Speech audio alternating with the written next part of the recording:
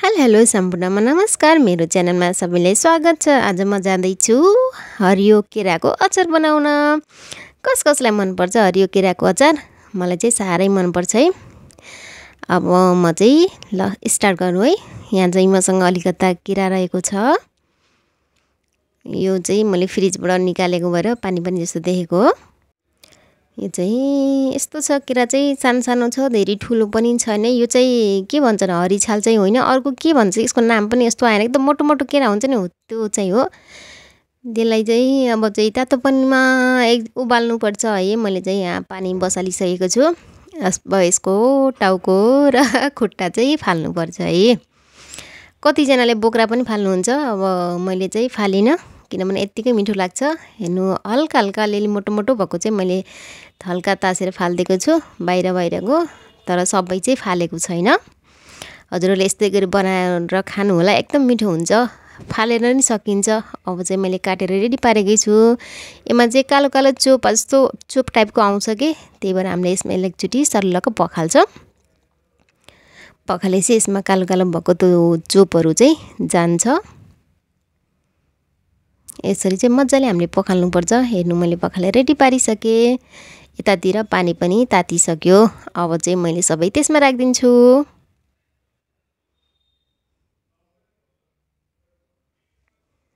हेर्न सक्नुहुन्छ, मैले सबै तातो पानीमा चाहिँ राखिदिइसकेकी छु।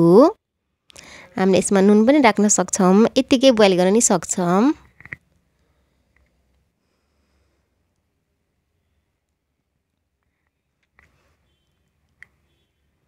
केरा चाहिँ एकदम चाँडै नै पाक्ने गर्छ। यो पाक्नलाई धेरै टाइम लाग्दैन। हामीले यसलाई एकैछिन छोपिदिन्छौँ। यहाँ चाहिँ मैले अलरेडी 2टा आलु बोइल गरेर राखिसकेकी थिएँ। अब चाहिँ म हरियो खुर्सानी टिप्न जाँदैछु। आफ्नै बारीको डल्ले खुर्सानी कस्तो मजाले पाकेर रातो भएको थियो, मैले टिपेँ। हेर्नु, ताजा खुर्सानी झन् मिठो हुन्छ नि। यहाँ पनि अलिअलि खुर्सानी फलेको थियो गार्डनमा, मैले चाहिँ टिपेकी छु। अहिले चाहिँ 2टा मात्रै टिपेँ। यहाँ चाहिँ फल्न चाहिँ फलेको छ, तर मैले चाहिँ 2टा मात्रै टिपेँ। यतातिर बोइल भएर केरा लगभग पाकिसकेको छ। यो चाहिँ चाँडै पाक्छ। हेर्नु, यसको कलर पनि चेन्ज भइसकेको छ, कालो कालो हुन्छ यो बोइल भइसकेपछि। यो बोइल हुन चाहिँ धेरै टाइम लाग्दैन। हेर्न सक्नुहुन्छ, मजाले पाकिसकेको छ। मैले चेक गरेको पाक्यो कि नै भनेर, मजाले पाकेको छ। धेरै फ्ल्याट भए भने पनि राम्रो हुँदैन, त्यही भएर हल्का पाकेपछि हामीले निकाल्नुपर्छ। हेर्नु, कलर चाहिँ मजाले चेन्ज भएको छ। मैले पानी पनि फालेर यहाँ चाहिँ सेलाउन राखेको छु। यता आलु चाहिँ मैले काटेर रेडी पारिसकेकी छु।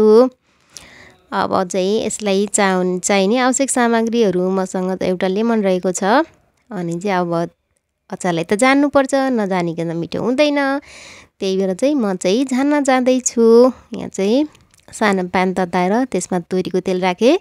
केराको अचारमा चाहिँ तोरीको तेल चाहिँ अलि अरू अचारभन्दा अलि नै राख्नुपर्छ, त्यसले मिठो हुन्छ। किनभने केराले सबै सोच्छ नि त, त्यही भएर तेल चाहिँ अलि राख्नुपर्ने हुन्छ। तेल तातिसकेको छ, मैले राखेँ अलिकता मेथी।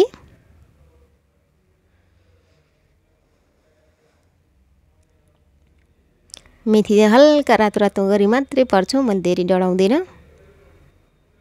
अब चाहिँ मैले अघि काटेर राखेको हरियो खुर्सानी राखेँ।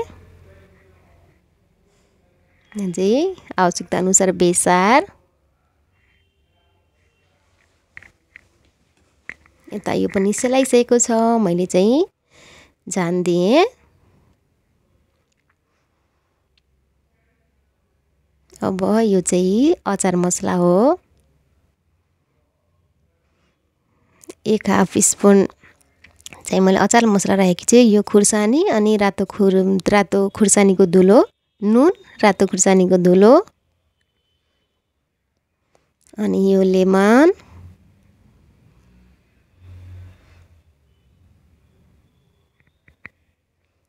अब चाहिँ हामीले योलाई काटेर चाहिँ हामी राख्छौँ। यत्तिकै नि राख्न मिल्छ, मजाले त्यो हातले पनि उगाउन सकिन्छ। हामी काटेर पनि हेर्नु मैले काटेर राखिसकेको छु। अब यसबाट बोक्रा पनि निकाल्न सकिन्छ है। कसैलाई मन पर्दैन बोक्रा हल्का तितो टाइपको हुन्छ नि त, त्यस्तो मन पर्दैन भनेर मजाले निकालेर फाल्न सक्नुहुन्छ। तर हामीलाई त यस्तै खाइरहने भएर होला त्यो बोक्रासँग कुनै मिठो लाग्छ, त्यही भएर मैले अलिअलि एउटा दुईटा मात्र फाल्दैछु, त्यस्तो धेरै फाल्दैन। मजाले पाकिसकेको छ त्यो केरा पनि। अब चाहिँ मैले त्यसमा मिक्स गरिदिन्छु।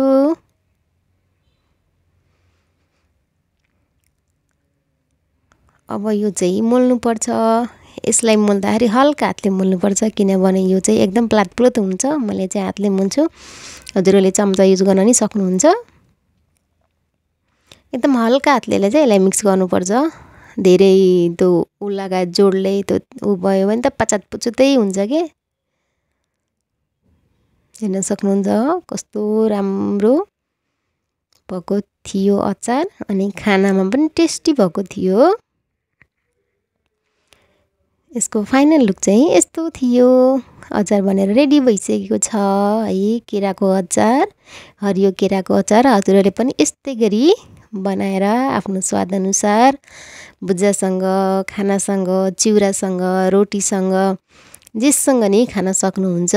यो एकदम हेल्थको हिसाबले पनि केरा हाम्रो लागि स्वास्थ्यलाई राम्रो हुन्छ। ओके बाई सबैमा।